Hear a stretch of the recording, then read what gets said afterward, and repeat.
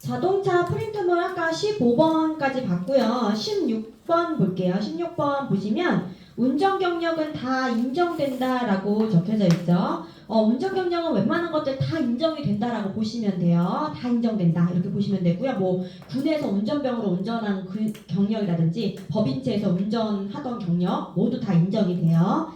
자, 17번 보시면 승낙피보험자라고 나와 있는데 승낙피보험자는 기명피보험자의 승낙을 얻은 자를 승낙피보험자라고 해요. 그래서 그 밑에 보시면 허락피보험자의 승낙이라든지 친족피보험자의 승낙이라고 나오면 걔네들은 틀리는 내용이에요. 그래서 승낙피보험자는 기명피보험자의 승낙을 얻은 자를 승낙피보험자라고 하는 거고요. 18번에 보시면 기명피보험자라고 나와 있는데 기명피보험자라고 하는 사람은 증권에 기재되어 있는 피보험자를 기명피보험자라고 해요. 19번 자기 신체 사고하고 자기 차량 손해 같은 경우에는 태풍 홍수 보상한다라고 아까 적어드렸죠. 20번 자기 차량 손해 같은 경우에는 피보험 자동차에 입은 손해를 보상하는 건데 도난도 보상해요. 차량이 도난됐을 경우에 여기에서 보상이 나가는 거예요. 그런데 그 옆에 보시면 일부 도난 같은 경우에는 보상하지 않는다라는 거, 뭐 타이어만 빼갔다라든지 해가지고 일부만 도난당했을 경우에는 보상하지 않아요. 자, 그리고 그 밑에 보시면 전손사고 시 자동 복원되지 않고 라고 나와 있는데 우리가 자동 복원 제도에 대해서 배웠잖아요. 보험 가입 금액의 80% 미만 사고 시에는 자동 복원된다라고 했는데 여기 나와 있는 전손사고라고 하는 거는 보험 가입 금액 전액이 지급되는 사고를 전손사고라고 해요. 그러니까 당연히 자동 복원이 되지 않겠죠. 자동 복원이 되지 않고 그 보험 계약은 사고 발생 시점에서 종료가 된다라는 것. 자, 21번. 의무보험은 계약 해지가 제한돼요. 그래서 만약에 상속을 받았어요. 자동차를 상속받으면 당연히 의무보험에 가입을 해야 돼요. 그런데 내가 상속을 포기했어요. 그러면 당연히 가입할 의무가 없겠죠. 그래서 가입하지 않아도 돼요. 그리고 도난 신고해가지고 이를 서류로서 입증했다. 그러면 당연히 가입 안 해도 되는 거예요. 자, 그 다음 22번에 보시면 장기 무사고자 보호를 위한 등급이 마련되어 있다 이런 지문이 나오면 이렇게 맞는 내용이에요. 보험료 할인이라든지 해가지고 보호하는 것들 마련되어 있다라고 하면 맞는 내용이고요. 자, 그 다음 23번에 보시면 자동차 종류로 맞는 것은 이렇게 나와 있는데 요거는 여기다가 좀 적어볼게요. 이건 안 적으셔도 돼요. 그냥 보세요. 자동차의 승용차, 승합차, 화물차가 있어요. 화물차. 승용차는 배기량이 기준이에요. 배기량. 그리고 승합차는 승차 인원이 기준이에요. 승차 인원. 그리고 화물차는 몇 톤이냐? 톤이 기준이에요. 그래서 자동차를 이렇게 분류를 하는데 승용차는 소형 A, B, 소형 A, 소형 B, 그리고 중형, 대형으로 분류해요. 중형, 대형. 그리고 승합차는 경승합,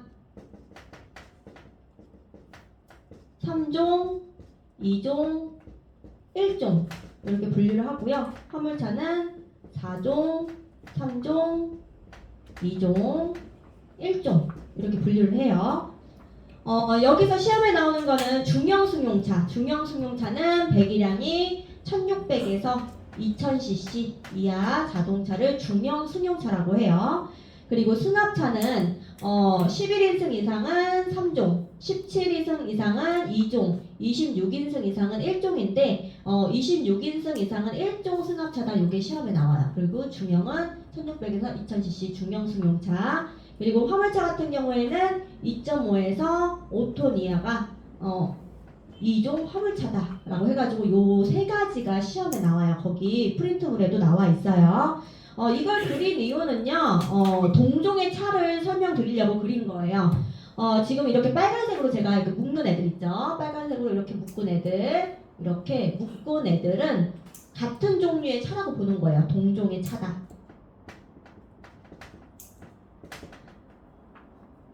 그래서 문제에서 뭐가 나오냐면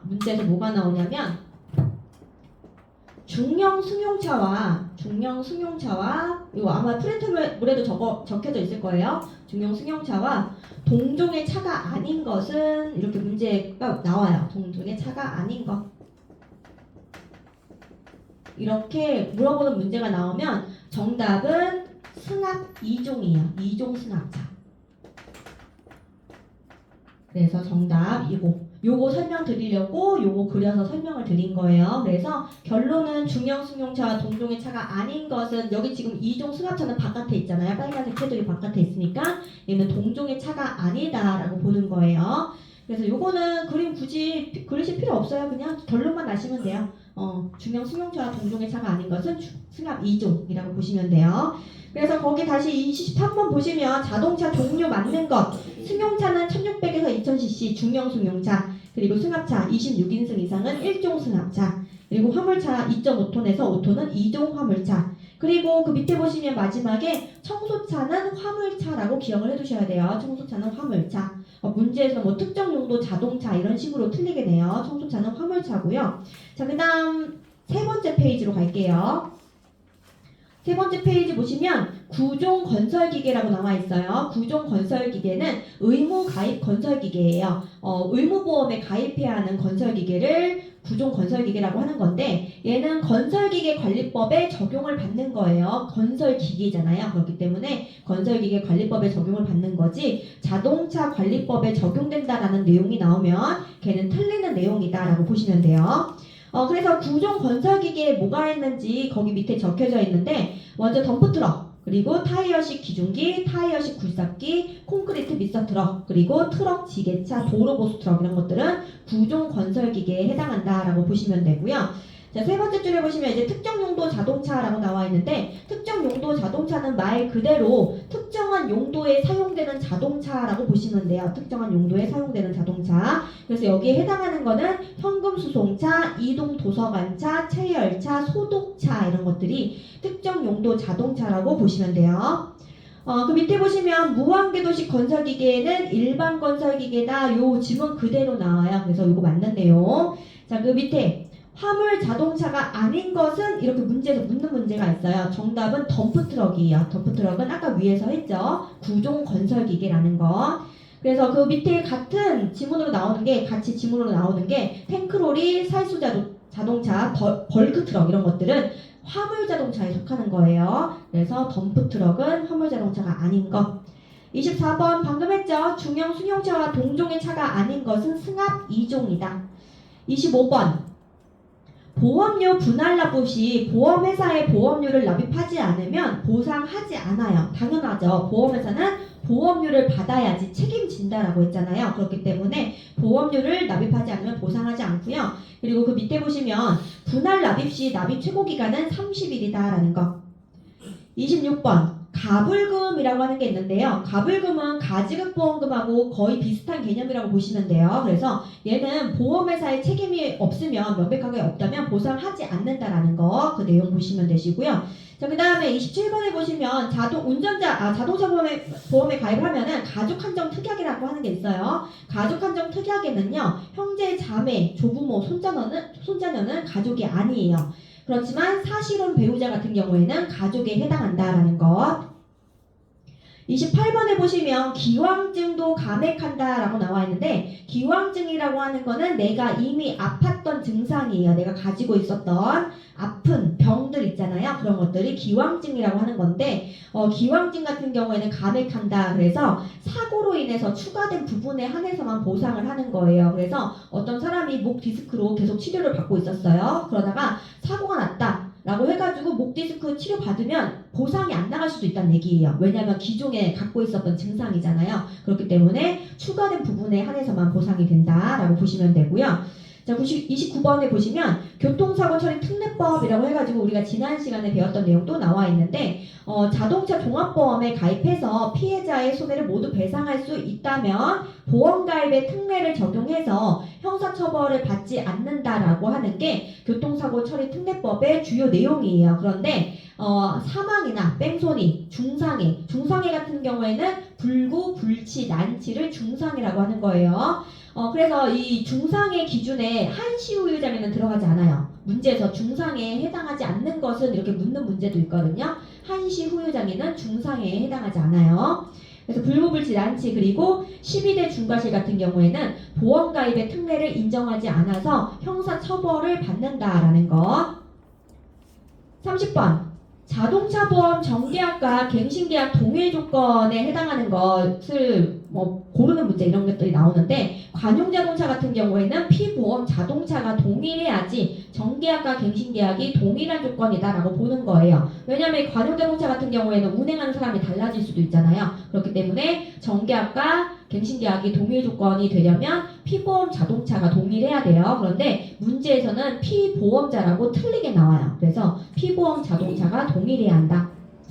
31번 자동차 보험 요율 관련 틀린 설명 해가지고 그 밑에 보시면 보험계약 체결 시 보험계약자가 지불해야 할 보험료는요 적용 보험료예요. 그런데 문제에서는 기본적인 보험료다라고 해가지고 잘못 연결돼서 나와요. 그래서 기본 보험료라고 나오면 걔는 틀리는 거고요. 기본 보험료는 말 그대로 기본적인 보험료다라고 보시면 돼요.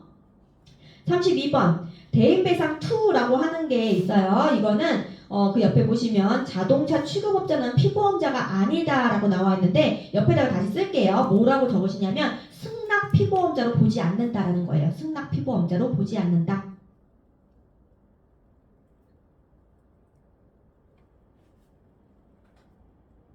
그 승낙 피보험자는 앞에서 설명했죠. 기명 피보험자의 승낙을 얻은 자를 승낙 피보험자라고 하는 거예요. 그래서 자동차가 고장이 나서 수리를 맡겼는데 맡기고 나서 이제 취급업자가 운행할 수 있잖아요. 그럴 경우에 사고가 나게 되면은 의무보험에 한해서만 보상을 해준다는 얘기예요. 그렇기 때문에 대인배상 2에서는 승낙 피보험자를 보지 않고 이 사람들이 운행하다가 사고가 날 경우를 대비하기 위해서는 자동차 취급업자 종합보험을 따로 가입해야 돼요. 그래서 어쨌든 대인배상 2에서 자동차 취급업자는 승낙 피보험자로 보지 않아요. 33번 음주 뺑소니 무면허 사고 같은 경우에는 자기 부담금이 있어요. 이런 사고를 냈을 때 자기 부담금을 납부를 해야 되는데 이걸 납부하지 않아도 피해자는 직접 청구할 수 있어요. 청구할 수 있고요. 그 밑에 보시면 22년 7월 28일 이전이라고 나와 있는데 그 부분은 그냥 보지 않는 걸로 할게요. 지금 벌써 23년이고 하기 때문에 그 밑에 이제 22년 7월 28일 개정 약관에 따를 경우 거기만 볼게요. 개정 약관에 따를 경우 음주운전 사고 시에 대인배상 1 사고 부담금은 전액이에요. 사고 부담금은 전액. 그러면 대인배상 1 사고 자기 부담금이 얼마인 거예요? 1억 5천인 거예요. 1억 5천. 자, 34번 최고 1억 5천이 되는 거고 34번 이륜자동차 땡땡 옆에 보시면 도난을 보상하지 않아요. 이륜자동차 오토바이 같은 경우에 훔쳐가기 쉽잖아요. 그렇기 때문에 도난을 보상하지 않고요. 그리고 용도나 배기량에 따라서 보험료가 달라져요. 35번 피보험자를 변경하면 특별할증 된다라는 거 최대 50%. 예전에는 뭐 남편 피보험자로 해가지고 가입했는데 남편이 뭐 사고를 많이 내서 할증될 것을 우려해서 아내가 대신 피보험자로 가입하고 그 밑에 부부 한정을 해서 넣었다. 그럴 경우에 안 잡히는 경우가 있었거든요. 그런데 다 잡아내요. 그렇기 때문에 특별 할증 된다라고 보시면 되고요. 그다음 36번에 보시면 갑을병 사고가 났다라는 문제가 나와요. 갑을병 나오면요. 정답은 갑은 자동차 손해배상 보장법에 의한 보장 사업에 의한 보상을 받을 수 있다라는 거. 요게 정답이다라는 거 하나 체크하고 보시면 되고요. 자, 37번에 보시면 농기계 보험 나와 있는데 농기계 보험은 대인배상 1, 2로 구분이 안 되어 있어요. 그리고 얘는 농기계이기 때문에 의무보험이 아니겠죠. 농기계 보험, 대인배상 1, 2 구분이 안 되어 있고 자동차가 아니기 때문에 당연히 의무보험 아니에요. 38번 다른 자동차 운전담보 특약이라고 하는 게 있어요. 이거는 예를 들어서 제가 제 친구를 타고 여행을 가다가 친구가 졸리다고 대신 운전해달라고 하는 경우 있을 수 있어요. 그러면 다른 자동차를 운전하는 거잖아요. 그러다가 사고가 났다 그러면 내 자동차 보험에 다른 자동차 운전담보 특약으로 보상을 할 수가 있어요. 그래서 일단 동그라미 1번에 보시면 다른 자동차 운전담보 특약 같은 경우에 피보험자는 기명 피보험자와 그 배우자예요. 배우자. 기명 피보험자 잘 체크해 두셔야 돼요. 그래서 화살표 보시면 무보험자 상해 피보험자와 다르다라는 거. 다르다. 그 무보험자 상해 피보험자는 김영 피보험자 그 가족이라고 아까 짚어드렸죠. 그래서 피보험자가 달라요. 다르고 뒤로 넘길게요. 마지막 페이지 동그라미 2번에 보시면 자기 차량 손해의 경우에는 보상을 하지 않아요. 다른 자동차 운전담보 특약에서 보상하지 않는다. 원칙은 보상하지 않는데 실무상으로는 특약을 가입해서 보상할 수 있게끔 되어 있어요. 그런데 우리가 문제 풀 때는 보상하지 않는다라고 알아두셔야 되고요. 그 다음 3번에 보시면 무보험 자동차 상해에 자동으로 가입된다. 다른 자동차 운전담보 특약에 가입했을 경우에 무보험 자동차 상해에 자동적으로 가입된다라고 나오면 걔는 틀리는 내용이에요. 틀리는 내용. 자, 39번. 수리비는 가액을 초과하면 지급하지 않는다 이런 내용이 나오면 틀려요. 수리비는 사고 직전 가액의 120% 한도로 지급을 하기 때문에 이거는 틀리는 내용이고요. 40번 자동차 보유자는 소유자와 같다라는 내용이 나오면 얘도 틀리는 내용이에요. 그 옆에 보시면 땡땡 보유자는 소유자와 그리고 자동차를 사용할 정당한 권리가 있는 자까지 포함이에요. 그렇기 때문에 요거는 틀리는 지문이다라고 보시면 되고요.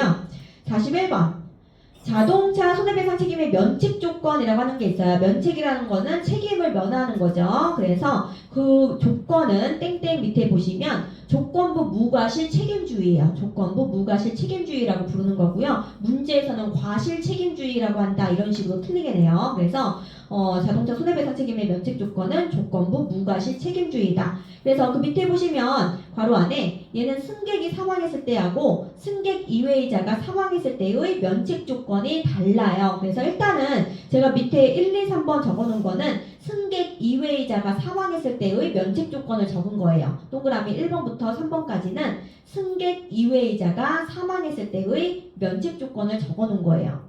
승객 이외의자가 사망했을 때. 그래서 승객이 사망했을 때는 그 승객의 고의나 과실이 있었음을 입증을 해야 되고요. 그리고 그 밑에 1, 2, 3번 승객 이외의자가 사망하거나 부상했을 때 동그라미 1번 자기와 운전자가 자동차의 운행에 관하여 주의를 게을리하지 않았다는 것을 입증을 해야 되고요. 그리고 2번에 보시면 피해자 또는 제3자에게 내가 아닌 다른 사람에게 고의나 과실 행위가 있었다라는 것을 입증을 해야 돼요. 그리고 세 번째 보시면 자동차의 구조상의 결함상 기능이 없었다. 나는 잘 관리하고 있었다. 이런 것들을 입증을 해야 돼요. 그래서 이 세 가지 모두 입증을 해야지 책임을 면할 수가 있어요. 그래서 입증 책임은 누가 진다? 가해자가 진다라는 것. 42번. 12대 중과실에 대해서도 시험에 나오는데 그 옆에 보시면 신호지시 위반이라든지 무면허 운전, 음주운전, 속도 위반 20km 초과했을 경우 그리고 개문발차 개문발차는 문 열고 차 출발한 거예요. 그러니까 승객의 추락방지 의무 위반을 개문발차라고 해요. 승객의 추락방지 의무 위반 승객의 추락방지 의무 위반 승객의 추락방지 의무 위반 그리고 스쿨존 사고, 앞지르기 방법 위반, 화물 고정 조치 위반 이런 것들. 자, 그 다음 43번 보시면 운전자 연령 한정 특약 위반 시 보상되는 담보는 이렇게 문제에서 나와요. 그러면 정답은 대인배상 원이 정답이 돼요. 그래서 자동차 보험 일단 요걸로는 사실은 부족해요. 내용이. 그런데 일단 요거 일단 익혀두시고요. 문제로 해드릴 거고 어디를 펴시냐면요. 연금보험 볼 거예요. 연금보험. 우리 연금보험 교재 몇 페이지냐면 149페이지예요. 149페이지.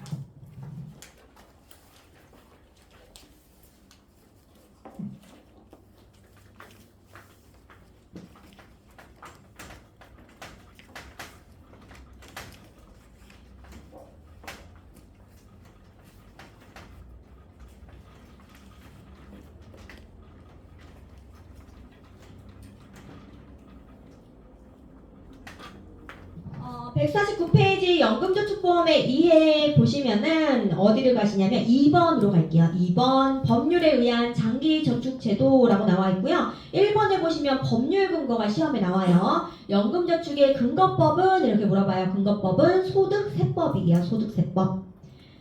3번에 보시면 도입시기 땡땡 이 부분 마지막 줄에 보시면 2014년 1월 소득공제가 세액공제로 변경 밑줄 치시고요. 소득공제 동그라미 세액공제 동그라미 할게요. 소득공제가 세액공제로 변경. 이거 동그라미를 친 이유는요. 앞뒤로 뒤바꿔서 문제에서 틀리게 내요. 세액공제가 소득공제로 변경 이런 식으로 틀리게 나오기 때문에 소득공제가 세액공제로 변경된다. 되었다라는 것. 자, 3번에 보시면 연금저축의 세제 적용 요건이라고 하는 부분이 시험에 잘 나와요. 1번에 보시면 가입 대상 땡땡 보시면 연령 제한 요건이 없다라는 거. 그래서 가입 대상은 성별 연령 제한이 없어요. 제한이 없고요. 2번에 보시면 연간 1,800만 원 한도로 불입할 수 있어요. 1,800만 원 한도 체크하시고요. 그리고 몇 년 이상 가입을 해야 되냐면 5년 이상 가입을 해야 돼요. 5년 이상 가입했을 때 몇 세 이후 수령이 가능하냐? 55세 이후 수령이 가능해요. 그래서 5년 55세 괄호 넣기 문제에 나와요. 그리고 그 옆에다가 55세 이후 수령 옆에다 밑에다가 적으실게요. 1시납 X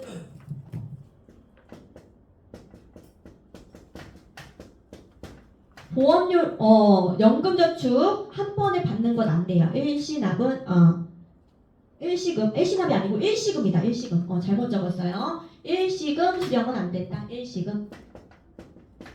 일시금 수령은 안 된다. 한 번에 받을 수 없다는 얘기예요. 그래서 연금저축 가입 대상은 연령 성별 제한이 없고 연간 1,800만 원 한도로 불입할 수 있고 5년 이상 불입했을 때 55세 이후 수령이 가능하다. 그리고 일시금 수령은 안 된다라는 것. 뒤로 넘길게요. 150페이지. 150페이지 4번에 보시면 연금저축보험의 세제라고 나와 있는데 가번에 보험료 납부 세액공제에서 1번 볼게요. 연간 납입보험료 세액공제. 그래서 연금저축 가입하게 되면 세액공제를 받을 수가 있어요. 그래서 그 밑에 표 보시면 종합소득금액 보시면 첫 번째 칸 4,500만 원 이하 체크할게요. 4,500만 원 이하. 그리고 그 밑에 4,500만 원 초과 체크할게요. 두 개 다 보셔야 되는데 얘네 두 개의 세액공제 한도는 600만 원까지 세액공제가 가능해요. 600만 원까지는. 그 이후에는 세액공제가 안 되고 그래서 600만 원까지는 세액공제가 가능하다. 600만 원 체크하시고요. 세액공제 한도 전체 크게 동그라미 할게요. 세액공제 한도 600만 원 크게 동그라미 하시고요. 4,500만 원 이하일 경우에 제일 끝에 오른쪽에 보시면 세액공제 비율 아셔야 돼요. 16.5%. 16.5%고 그 다음에 4,500만 원 초과 보시면 13.2%예요. 13.2%. 그래서 세액공제 한도는 600만 원 한도예요. 연금저축은 600만 원 한도고 세액공제 비율은 4,500만 원 이하일 경우에는 16.5%, 4,500만 원 초과했을 경우에는 13.2%예요. 그리고 밑으로 내려올게요. 2번으로 가서 특약 보험료에 대한 보장성 보험료 세액공제 연간 100만 원 한도. 이 연금저축에 특약 넣을 수 있어요. 안 넣어도 되고요. 넣을 수도 있는데 그걸 넣게 되면은 다른 보험하고 합산해가지고 연간 100만 원까지 세액공제가 가능하다라는 거죠. 그 밑에 나와 있죠. 당구장 표시해서 특약 보험료는 다른 보험의 보장성 보험료와 합산하여 세액공제된다. 4번 연금 수령 시 소득세 및 종합과세 1번에 보시면 소득세법에서 정하는 연금 수령 요건에 해당하는 금액은 연금 소득세를 부과하는 거예요. 연금으로 받으면 연금 소득세가 부과가 되는데 먼저 첫 번째 보시면 70세 이전은 5%고요. 80세 이전은 4%, 80세 이후는 3% 이렇게 나와 있는데 다 외우셔도 좋고요. 다 외우기 힘들면은요. 꼭 기억하셔야 되는 거 70세 이전은 5%. 그리고 그 옆에 말풍선 보시면 75세, 만 75세는 4%라는 거. 70세 이전은 5%, 만 75세는 4%는 꼭 기억해 두셔야 돼요. 2번에 보시면 연금 수령 요건을 충족하지 못하는 금액에 대해서는 기타 소득세 15% 동그라미 할게요. 기타 소득세 15%. 기타 소득세는 이렇게 물어보기도 해요. 그러면 15%가 정답이에요. 기타 소득세는 15%. 자, 3번 갈게요. 3번. 3번에 두 번째 줄에 보시면 별 표시 있어요. 별 표시 옆에를 밑줄 칠게요. 색깔 안 칠해져 있는 부분.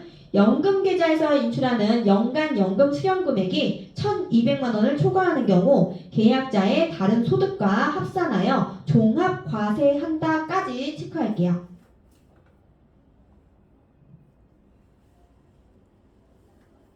그리고 4번. 연간 연금 수령한도 금액 산출식 나와 있는데 산출식은 끝에 100분의 120만 기억하시면 돼요. 100분의 120. 연금저축 산출식 물어보면 100분의 120만 기억하셔서 정답 고르시면 되고요. 자, 그 다음 옆 페이지로 가서 151페이지 답안에 보시면 계약자 사망 등 부득이한 사유로 연금 수령 시 해서 1번에 보시면 연금 소득세 3에서 5%를 납입하게 돼요. 체크하셔야 돼요. 1번 밑줄 쭉 치시고 그리고 종합과세 대상에는 포함되지 않는다라는 거. 2번 계약자 사망 등 부득이한 사유에 해당하는 경우 해가지고 부득이한 사유도 정리가 되어 있어요. 1번 천재지변이라든지 2번 계약자가 사망하거나 해외에 이주한다라든지 3번에 보시면 계약자 또는 그 부양가족이 질병 부상에 따라 3개월 이상의 요양이 필요한 경우 3개월 동그라미 할게요. 문제에서는 2개월로 틀리게 내고요. 그리고 퇴직연금 뒤에 나와요. 퇴직연금은 6개월 이상의 요양이에요. 그래서 3개월 이상의 요양이다. 3개월 기간 기억해 두시고요. 4번에 보시면 계약자의 파산 또는 개인회생 절차, 파산, 개인회생 절차 체크하실게요. 그래서 3개월 이상의 요양, 개인회생, 파산, 개인회생 파산 선고를 받았을 경우에는 부득이한 사유로 봐가지고 연금을 수령할 수 있다. 이렇게 보시면 되고요. 뒤로 넘길게요. 뒤로 넘기기 전에 적용 문제 1번 같이 볼게요. 적용 문제 1번 보시면 연간 총 급여가 5,500만원 초과인자가 연금저축 연간 납입보험료로 100만원을 납입했을 경우 세액 공제 금액은 이렇게 나와요. 연간 총 급여가 5,500만원 초과하면은 4,500만원 초과한 사람이잖아요. 4,500만원 초과한 사람의 세액 공제 비율은 몇 프로였어요? 13.2%였죠. 지금 100만원 납입했으니까 100만원에 13.2%면 13만 2천원이 정답이 되는 거죠. 그래서 정답은 2번이고요. 자, 뒤로 넘길게요. 뒤로 넘겨서 152페이지 퇴직연금의 이해. 퇴직연금의 이해에서는 2번에 도입 취지가 시험에 나와요. 퇴직연금의 도입 취지에 해당하지 않는 것은 이렇게 물어봐요. 해당하지 않는 것은 그러면 그 옆에 말풍선 보이시죠? 기업의 투자이익 창출이라든지 국민연금기금 고갈 대비는 해당 사항 없어요. 그래서 도입 취지에 해당하는 것을 묻는 게 아니고 해당하지 않는 것을 물어보기 때문에 말풍선 체크하고 보시면 되시고요. 자, 그 다음 3번에 보시면 근거법규 및 가입대 사항이라고 나와 있어요. 1번에 근거법규 퇴직 들어간 거 고르시면 돼요. 그래서 퇴직연금의 근거법은 이렇게 물어보면 퇴직 들어간 거 생각하시면 돼요. 근로자 퇴직급여 보장법 퇴직 동그라미 할게요. 그리고 그 옆으로 가서 빨간색 글씨 퇴직연금 감독규정 퇴직 동그라미 할게요. 그래서 퇴직연금의 근거법이 아닌 것은 이렇게 물어보는 문제가 있어요. 그러면 퇴직 안 들어간 거 고르시면 되겠죠. 자, 밑으로 내려가서 보시면 이제 퇴직연금 제도의 종류에 대해서 나와 있어요. 요게 시험에 나오는데 정리해 드릴게요. 퇴직연금의 종류에는 세 가지가 있어요. 확정급여형, 확정급여형, 확정기여형, 확정까지 쓸게요. 확정기여형. 그리고 마지막에 개인형 퇴직연금.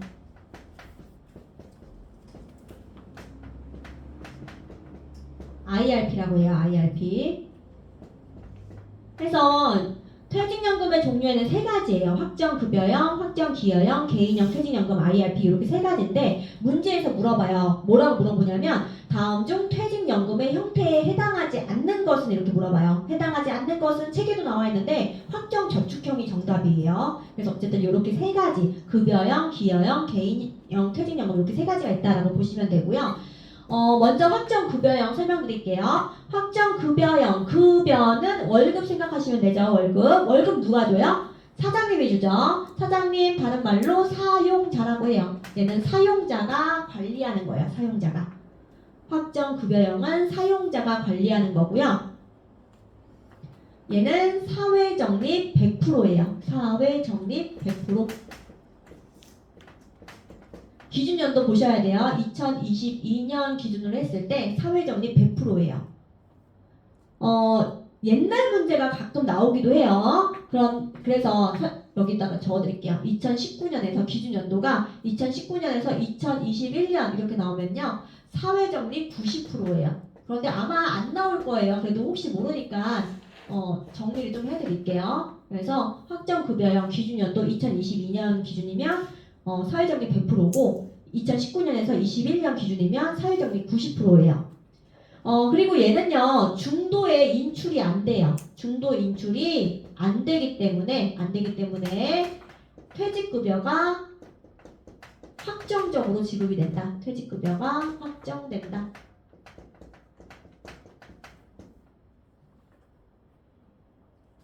자, 그 다음 확정기여형 볼게요. 확정기여형은요, 근로자가 관리를 하는 거예요. 근로자가 관리한다. 근로자가 관리를 하는 거고, 근로자 연간임금의 12분의 1 이상을 납입한다. 근로자가 관리하고 근로자 연간임금의 12분의 1 이상을 납입을 하고요. 그리고 얘는 사회적립 100%예요. 사회적립 100%고, 그리고 근로자가 필요하다고 하면은 중도에 인출할 수 있어요. 중도 인출이 가능해요. 그래서 얘는 퇴직급여가 변동돼요.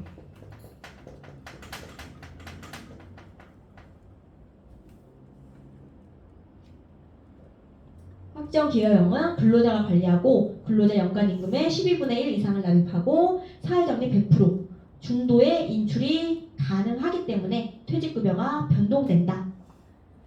그리고 마지막 개인형 퇴직연금 같은 경우에는요, 은행에서 보셨을 거예요. 얘는 자기 명의의 계좌에다가 적립하는 거예요. 자기 명의의 계좌에 적립한다.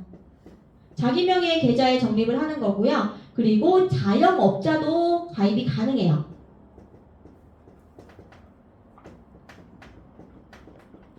근데 문제에서는 자영업자는 가입할 수 없다 이런 식으로 틀리게 나오거든요. 그래서 자영업자도 가입이 가능하다라고 해가지고 이렇게 세 가지 퇴직연금의 형태 정리를 해드렸고요. 그리고 이 퇴직연금 같은 경우에는 운용 방법에 대해서 나와요. 운용 방법. 운용 방법은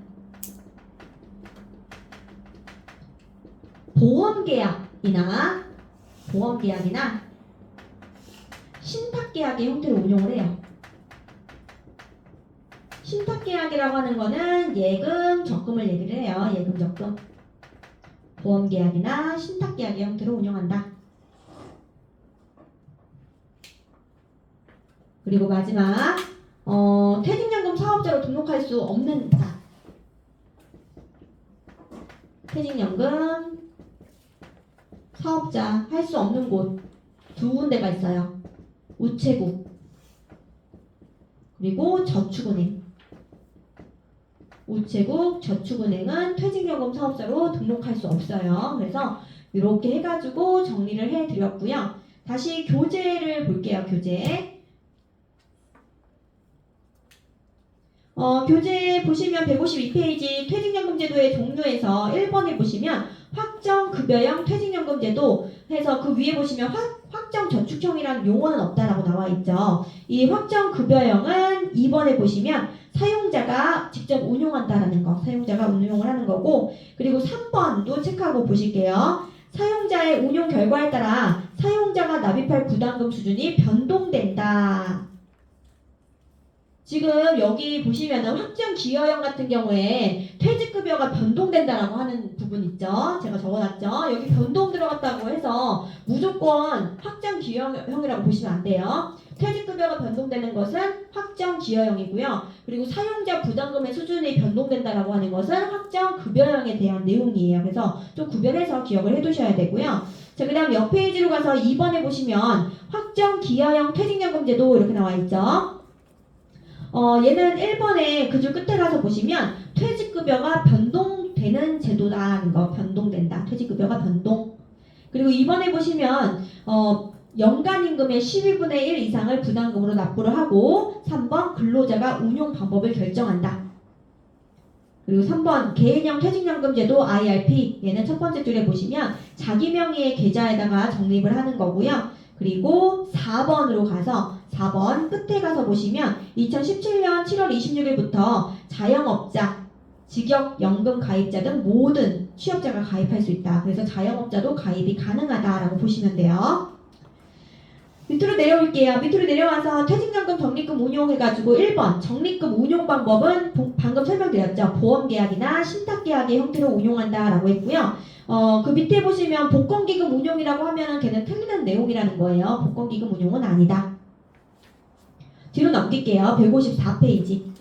154페이지 2번에 보시면 퇴직연금 중도 인출이라고 나와 있어요. 중도의 인출이 가능한 것은 뭐였어요? 확정 기여형이었죠. 확정 기여형이 중도의 인출이 가능한데 어떨 때 중도의 인출이 가능하냐에 대해서 정리를 해놓은 거예요. 네, 1번에 보시면 무주택자인 가입자가 본인 명의의 주택을 구입하는 경우, 그리고 2번 전세금 보증금 부담하는 경우, 3번 재난을 입은 경우, 그리고 4번에 보시면 6개월 이상 필요로 하여 이렇게 나와 있는데 6개월 이상 빠졌어요. 요양을 필요로 하여 해가지고 끼워넣기 할게요. 끼워넣기 6개월 이상 요양을 이렇게 적을게요. 요양을 필요로 하여. 가입자나 그 배우자, 가족 사람들이 6개월 이상 요양을 필요로 하여 의료비를 부담하는 경우.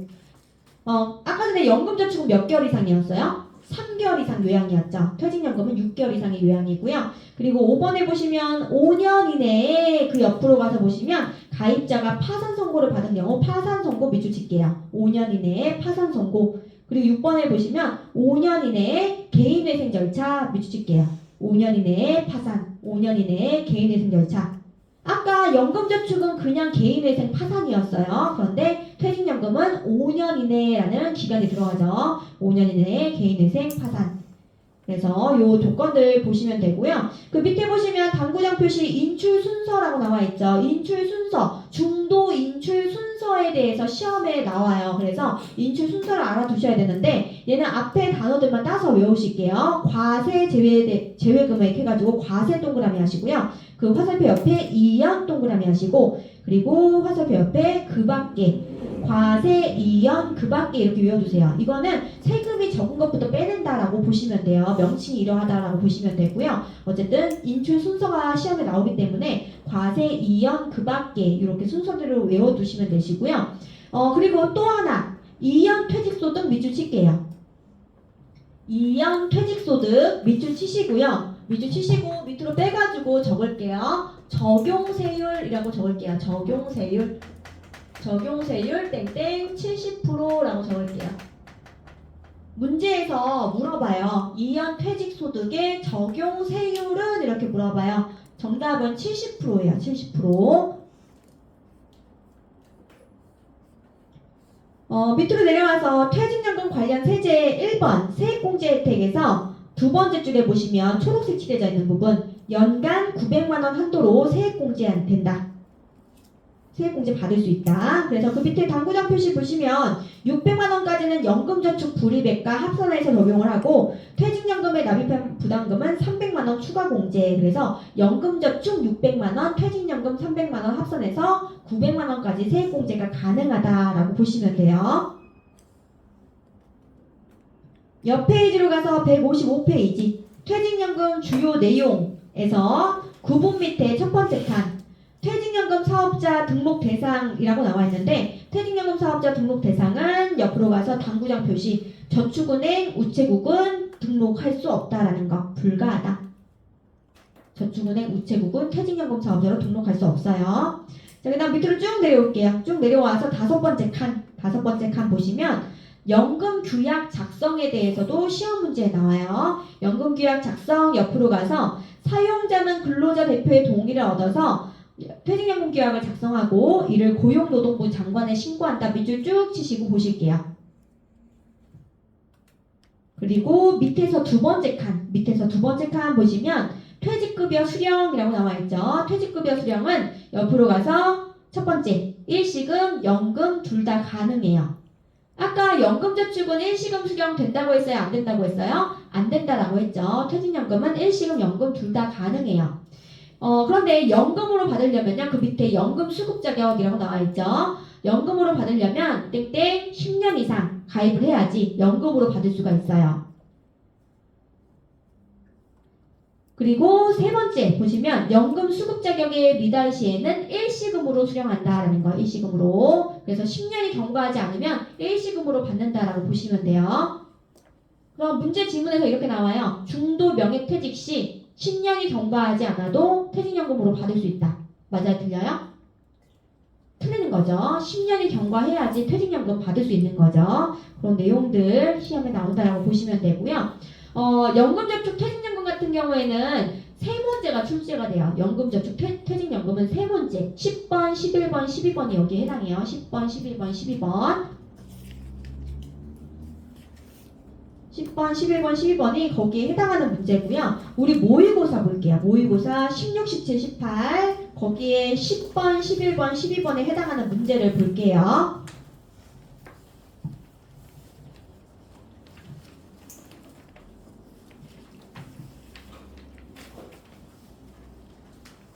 어, 10번 볼게요. 10번. 16형의 10번.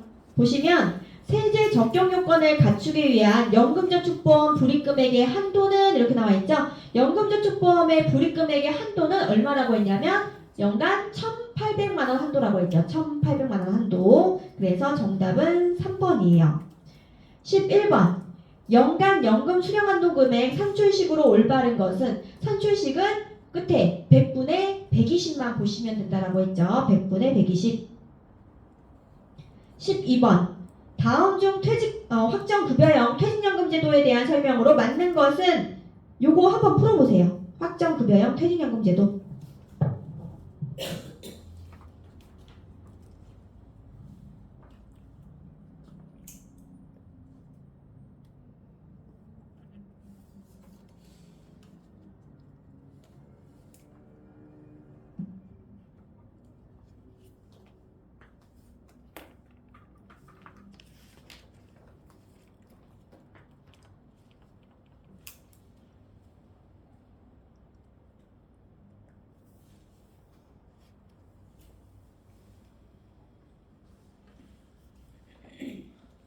맞는 것은 몇 번이에요?